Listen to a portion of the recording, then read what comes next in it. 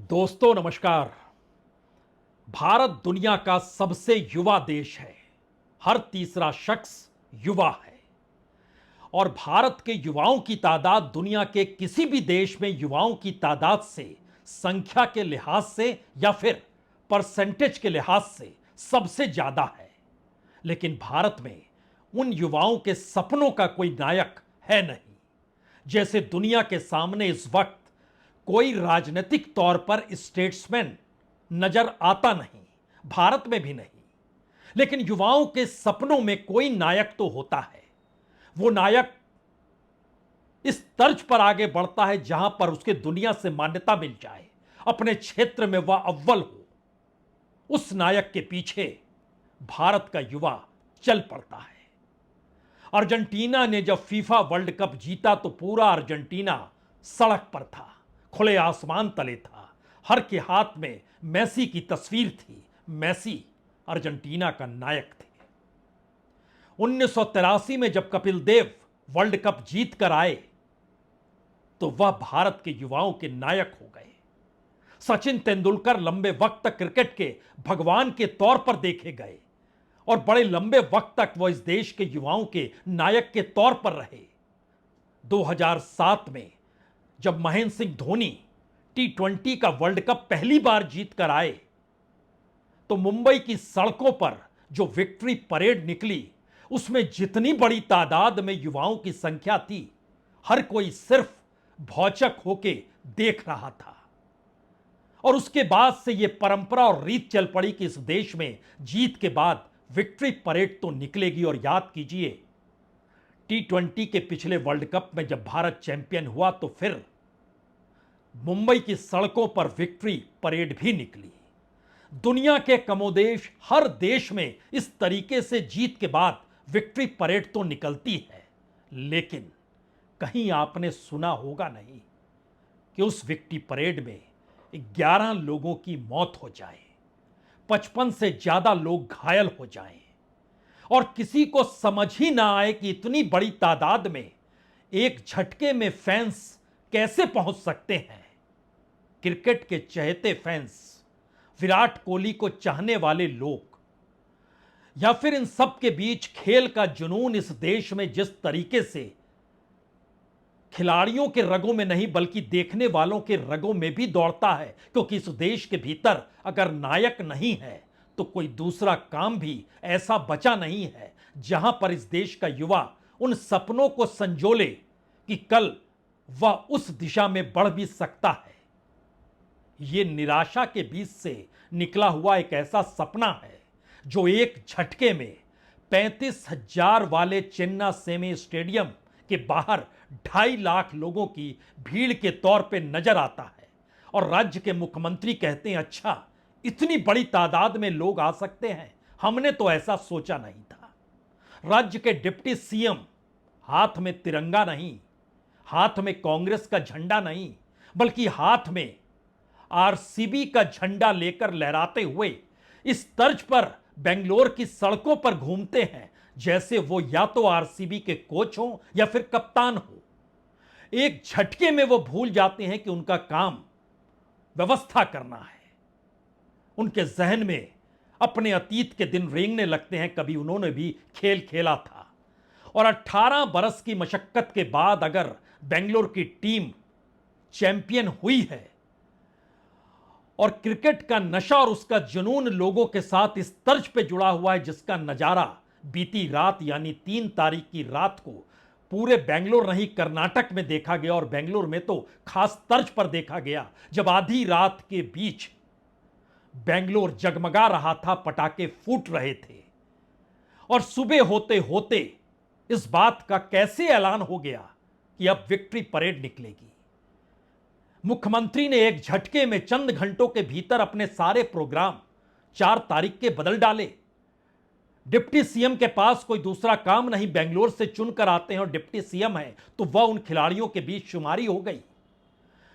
चाहे मेट्रो हो, चाहे गाड़ियां हो, चाहे बस हो, तमाम जगहों पर बेंगलोर शहर में कल सुबह से जो नजारा था उसमें बहुत सारे सवाल एक झटके में उभर कर सामने आ गए। सीसीटीवी लगे हुए हैं, ट्रैफिक पुलिस देख सकती है। पुलिस के पास ड्रोन भी मौजूद है, ड्रोन से निगरानी कर सकती है। विभागों का समन्वय होना चाहिए, समन्वय नहीं हुआ। किसी को कोई जानकारी नहीं, हर कोई हर्षोल्लास में खो गया।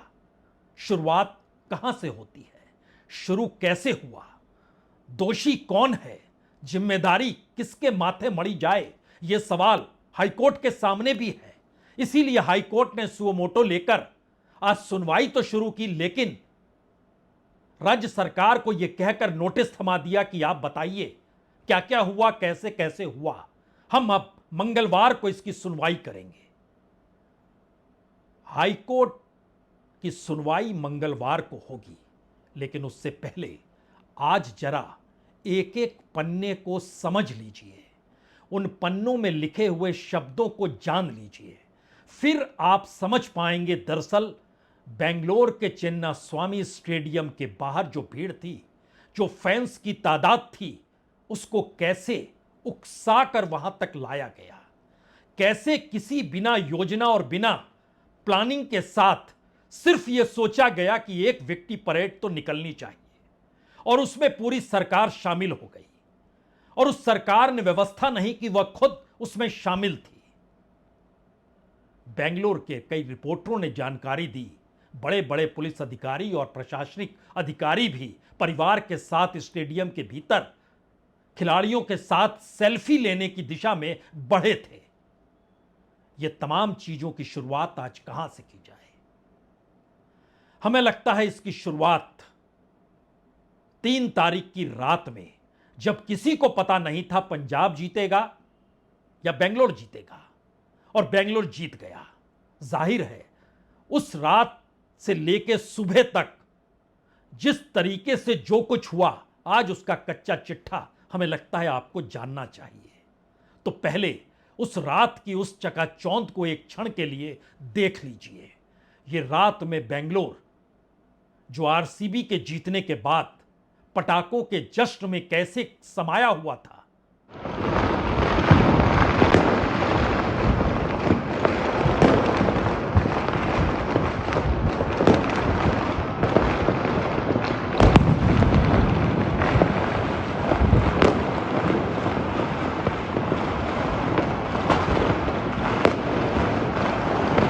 जी, रात के 11:20 से रात के 1 बजे तक इसी तरीके से पूरा बेंगलोर जश्न में डूबा हुआ था।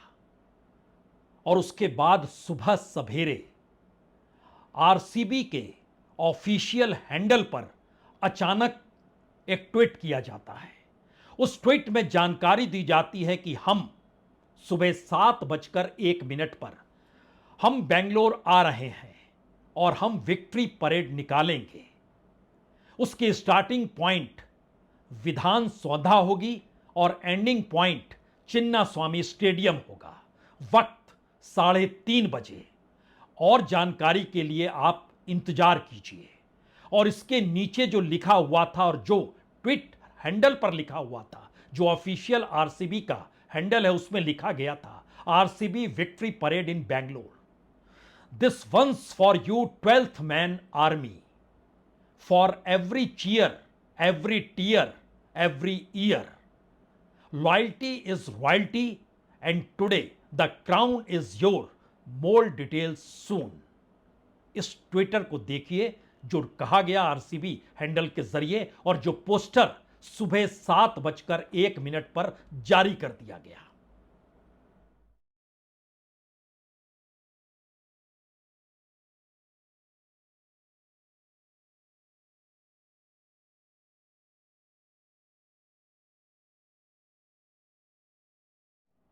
यानी बेंगलुरु की सुबह सुबह आंखें खुली और उसने अपने हाथ में मोबाइल उठाया तो सुबह 7:01 पर आरसीबी के जरिए किया गया यह ट्वीट हर की आंखों के सामने रेंगने लगा।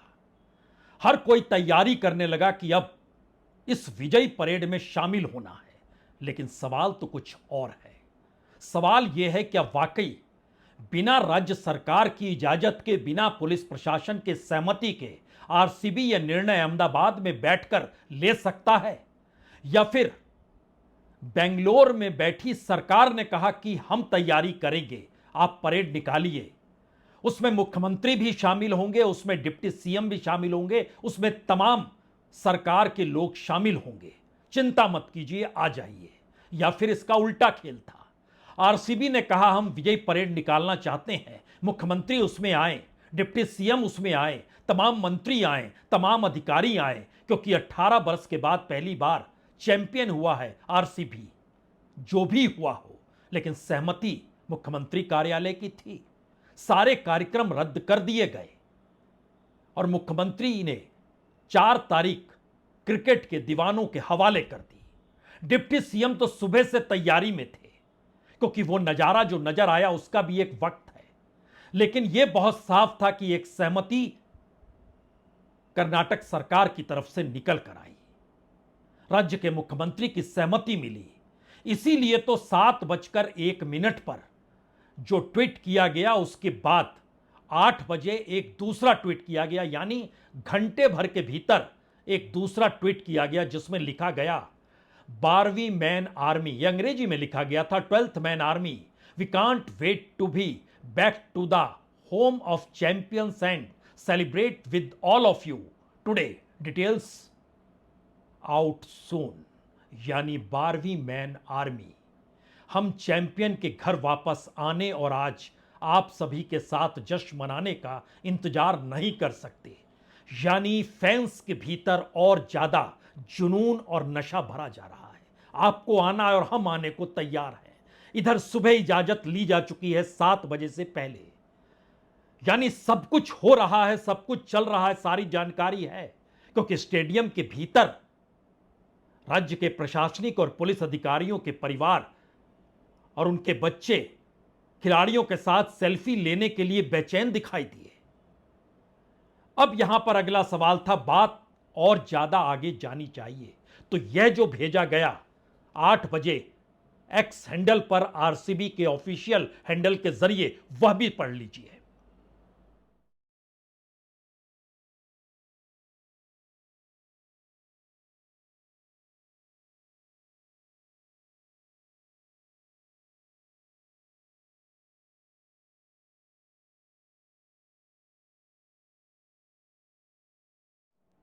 तो अहमदाबाद में बैठी हुई आरसीबी की टीम और उसके कर्ता धर्ता लगातार बेंगलोर के संपर्क में। पहले ट्वीट में जानकारी दी गई थी 3:30 बजे, और इन सब के बीच बेंगलोर शहर में क्या आलम होगा जब घंटा भर भी नहीं बीता, यानी 8 बजे के बाद 8:55 पे विराट कोहली आरसीबी के ट्विटर हैंडल पर आकर उनकी बातों को ऑफिशियल ट्विटर हैंडल से आरसीबी ने यह कहकर जारी किया, विराट कोहली भी आने को तैयार हैं। और अब आने को तैयार से मतलब वो आ रहे हैं। और विराट कोहली खुद कह रहे हैं, अब तो मैं बस बेंगलोर पहुंचकर वहां के लोगों के साथ जश्न में शामिल होना चाहता हूं। लगभग 3-3.5 मिनट का उनका पूरा कथन कहा गया, लेकिन हम आपको सिर्फ 20 सेकंड का हिस्सा सुनाते हैं, जिसमें उन्होंने बहुत साफ तौर पर कहा वो बेंगलोर के उस जश्न में शरीक होने के लिए बेचैन हैं।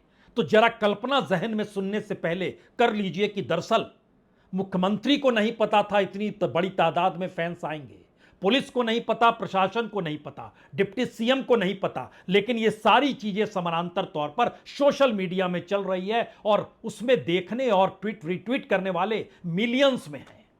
जी, 1.5 मिलियन मिनिमम है। जो एक एक चीज हम आपको बताते चले जा रहे हैं। तो विराट कोहली क्या कहते हैं? I think I'm gonna feel the real side of it when we get to Bangalore tomorrow and celebrate it with the city and the fans who've stood with us through thick and thin. So Virat Kohli नायक हैं इस देश में।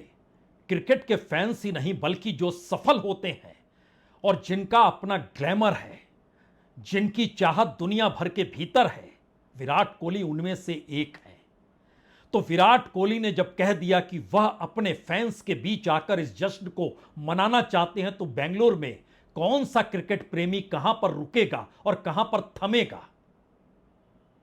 यह अंदेशा मुख्यमंत्री को नहीं है, ये अंदेशा डिप्टी सीएम को नहीं है, वहां की कांग्रेस की सरकार को नहीं है।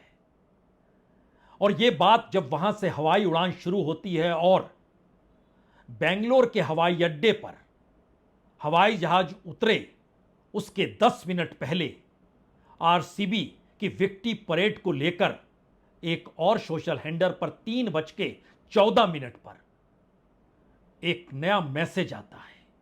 उस मैसेज में कहा जाता है जश्न चिन्ना स्वामी स्टेडियम में मनेगा और सभी फैंस से रिक्वेस्ट है कि जो भी पुलिस और जो भी दूसरी अथॉरिटीज है उनकी गाइडलाइंस का वो पालन करें, जिससे रोड शो जो होना है वह शांतिपूर्ण तरीके से हर कोई उसे एंजॉय कर पाए। और उसके बाद एक पोस्टर भी जारी होता है और उसमें लिखा रहता है फ्री पासेस लिमिटेड एंट्री, यानी मुफ्त फ्री में पास मिलेगा लेकिन लिमिटेड है, और इसको आप लेना चाहते हैं तो आपको shop.royalchallenges.com पे चले जाइए। ये दरअसल शॉप जो है रॉयल चैलेंजर्स की, यहां पर रॉयल चैलेंजर्स की जर्सी मिलती है 2299 रुपए में, 1000 रुपए की कैप मिलती है। यानी ये दुकान है और यहां पर आपको फ्री में एंट्री पास मिल जाएगा और limited pass only book now, get your free victory day passes, यह लिखकर एक पोस्टर जारी किया जाता और यह संदेश एक्स पर जारी कर दिया जाता है आरसीबी की तरफ से 3:14।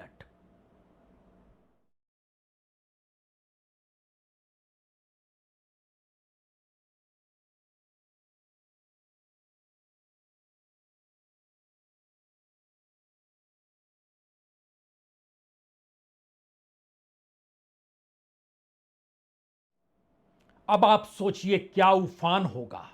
चेन्नई स्वामी स्टेडियम पहुंचने के लिए कितनी बड़ी तादाद में लोग होंगे, क्योंकि जिस तरीके से मेट्रो को भी कुछ स्टेशनों पर गाड़ी रुकने से बंद करने का ऐलान करना पड़ा, जो स्थिति बेंगलोर शहर के भीतर हो रही थी, क्या कोई जानकारी पुलिस को नहीं, कोई जानकारी प्रशासन को नहीं, कोई जानकारी मुख्यमंत्री के पास नहीं, कोई जानकारी गृह मंत्री के पास नहीं। और इन सब के बीच 3:14 पर यह सोशल मीडिया में आता है कि फ्री लिमिटेड पास आप बुक कर लीजिए, और उसके तकरीबन 35 मिनट के बाद यानी 3:50 पर डीके शिव कुमार के सोशल हैंडल से उनकी अपनी एक तस्वीर जारी होती है, यानी जहाज 3:30 बजे जो पहुंचना था पहुंच गया, बेंगलोर में पहुंच गया। और उनको रिसीव करने के लिए खुद कर्नाटक के deputy chief minister DK Shivakumar, उनकी मौजूदगी और अपनी मौजूदगी का एहसास उन्होंने पूरे बेंगलोर शहर पे करा दिया कि यह जश्न का दौर है, ये खुमारी में मत डूबिए और इसके साथ बहते चले जाइए। क्योंकि जो नज़ारा उन्होंने खुद को लेकर हाथों में आरसीबी का झंडा लहराते हुए गाड़ी में घूमते हुए रखा, वो सब कुछ तो क्रिकेट फैंस हो, विराट के फैंस हो, जो 18 नंबर की जर्सी पहनकर खरीद कर घूम रहे थे किसी तरीके से अपने फैन को देखने के लिए, जो उनका अपना नायक है, उन सब के बीच डीके शिव कुमार कर्नाटक और बेंगलोर की सड़कों पर जो कुछ हुआ उसका असर क्या रहा होगा, खुद देखिए जो उन्होंने 3:50 पर अपने सोशल हैंडल में यह डाला।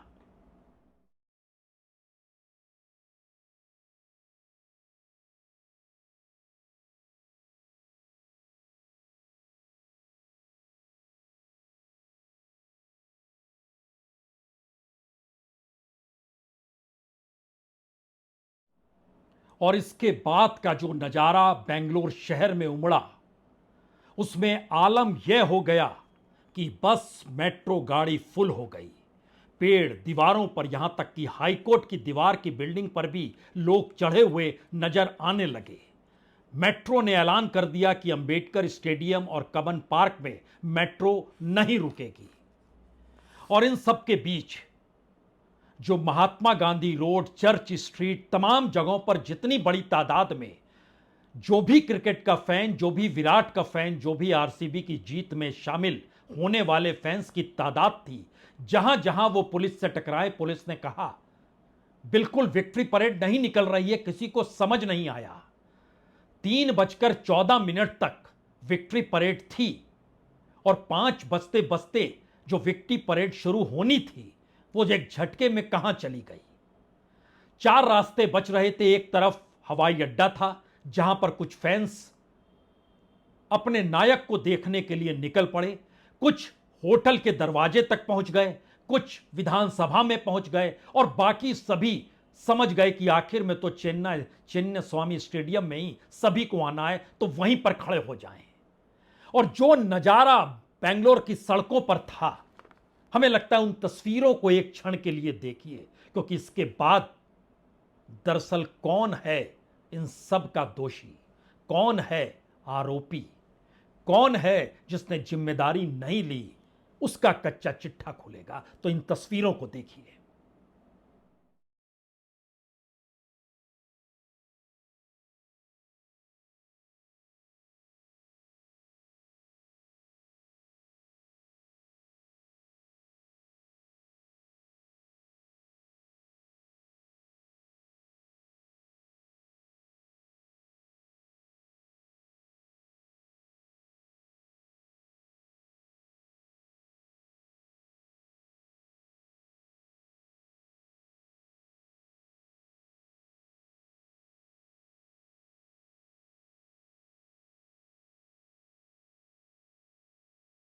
अपने नायक को देखने की सोच के साथ बेंगलोर की सड़कों पर जो भीड़ और जो नजारा आप देख रहे हैं, इस भीड़ में 14 साल का देववंशी भी था, इसमें 17 बरस का शिवलिंगा भी था, इसमें 20 बरस का प्रज्वल, 20 ही बरस का भूमिक, 20 ही बरस का श्रवण भी था।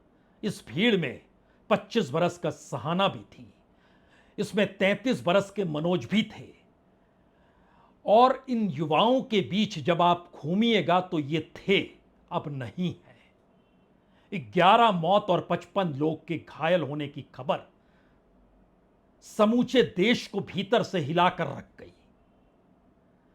यानी जो जीत के बाद के जश्न और परेड की तैयारियों के बीच सरकार को जो करना चाहिए था, वह खुद उस जश्न में शरीक हो गई। व्यवस्था करेगा कौन जब आप उसी हंगामे में शरीक हो जाएं, जिस हंगामे की वजह से यह सब कुछ हुआ। जिन नामों को हमने पढ़ा, सभी की मौत हो चुकी है। और शायद उसके बाद का दृश्य बेंगलोर की सड़कों पर जो नजर आ रहा था और जो तस्वीरों के जरिए नजर आया, वो वाकई हर दिल की धड़कनों को या तो बढ़ा चुका था या उसकी धड़कनें रुक रही थी। ऐसी स्थिति कैसे आ गई?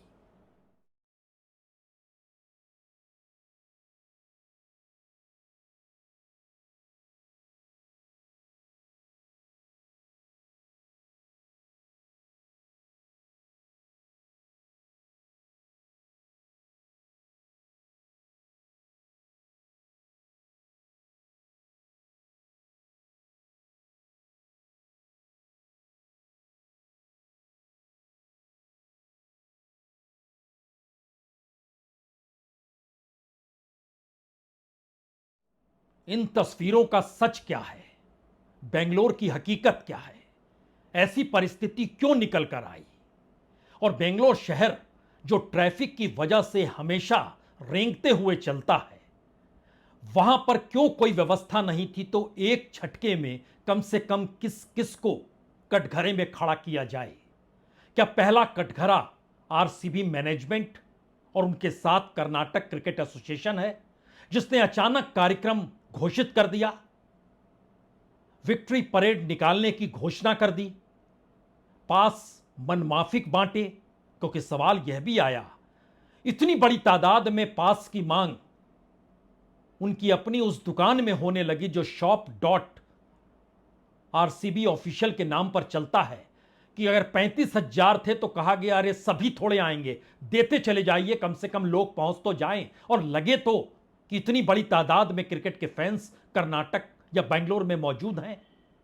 लगभग 20,000 ज्यादा पास देने की जानकारी निकल कर आई अलग अलग माध्यमों से, और वहां के अखबारों ने भी यह रिपोर्ट की।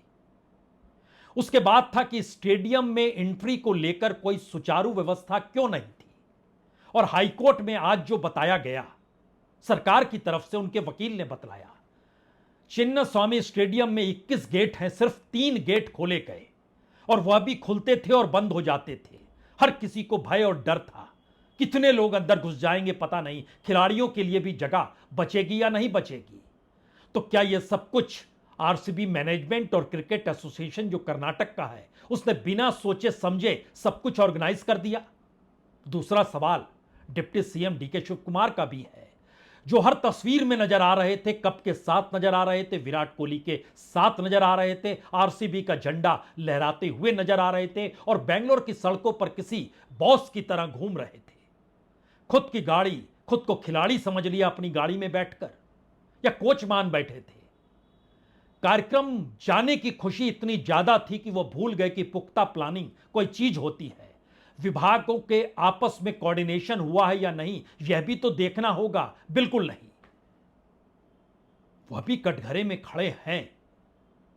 और उसके बाद ध्यान दीजिए तो गृह मंत्री डॉक्टर जी परमेश्वर, उससे पहले हमें लगता है कि पुलिस को देखिए, न ट्रैफिक की प्लानिंग की गई, न भीड़ का अंदाजा लगाया गया।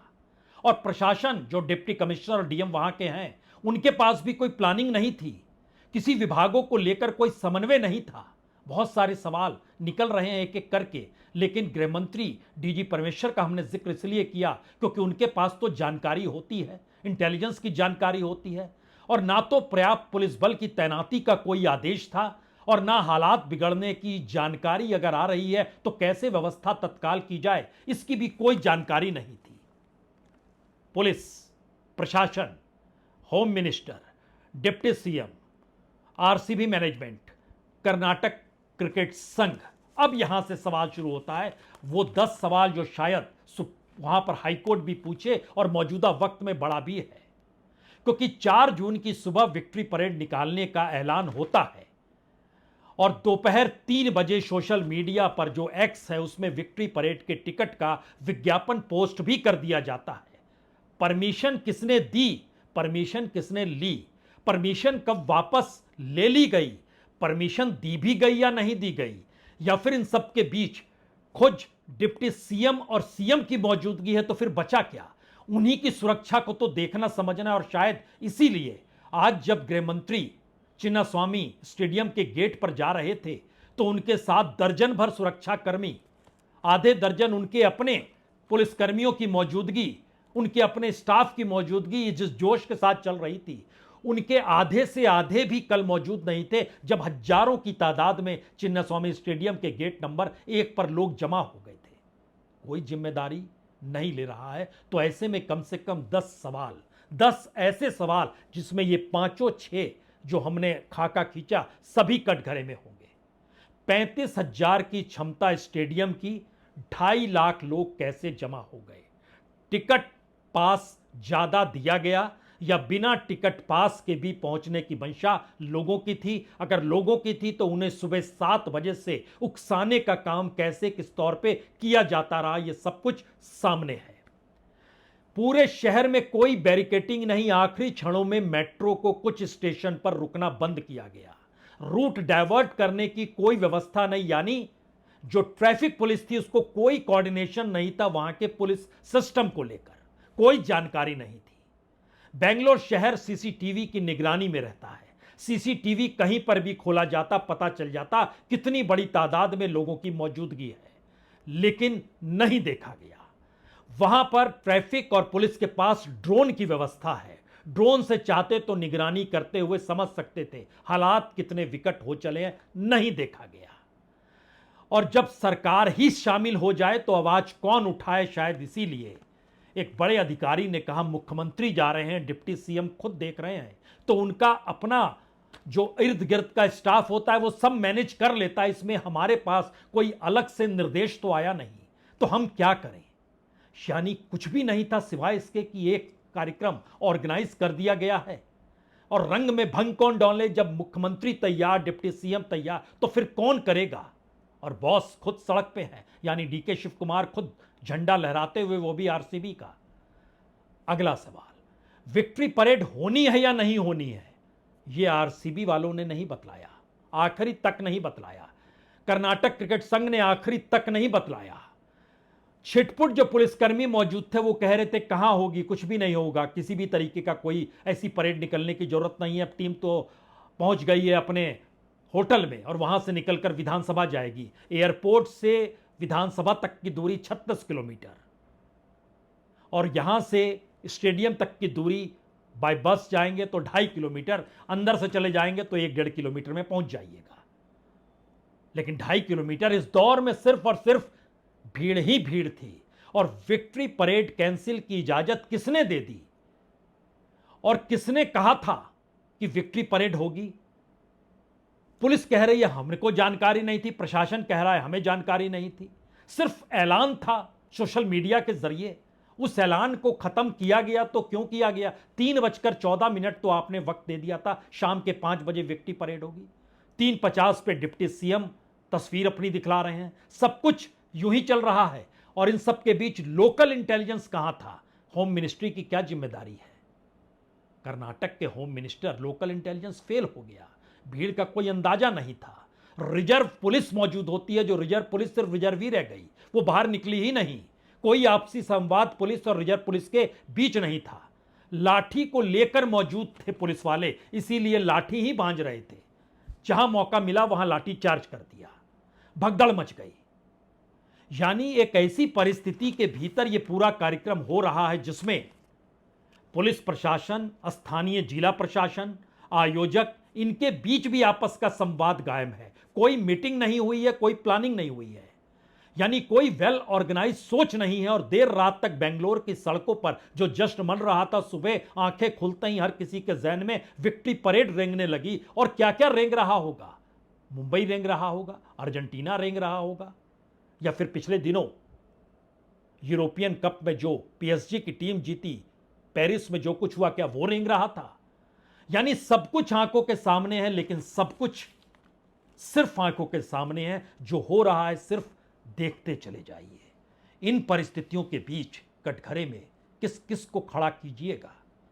और अगला सवाल यह भी है, इस देश में अगर बीजेपी मोरबी का पुल टूट जाए तो किसी से इस्तीफा नहीं लेती है, रेलगाड़ी पटरी से उतर जाए तो कोई इस्तीफा नहीं देता। इस दौर में इस्तीफे की बात होती ही नहीं है, तो क्या बीजेपी और कांग्रेस एक है? नेता और स्टेट्समैन में कुछ तो अंतर होता होगा, और शायद इसीलिए क्षण भर के लिए कोई खिलाड़ी चमक जाए तो वह उस क्षण भर का नायक होता है। शायद इसीलिए इस देश के भीतर ना तो कोई स्टेट्समैन बच पा रहा है, ना ही नायक बच पा रहा है। सुबह सवेरे आज विराट कोहली भी मुंबई पहुंच गए पत्नी के साथ।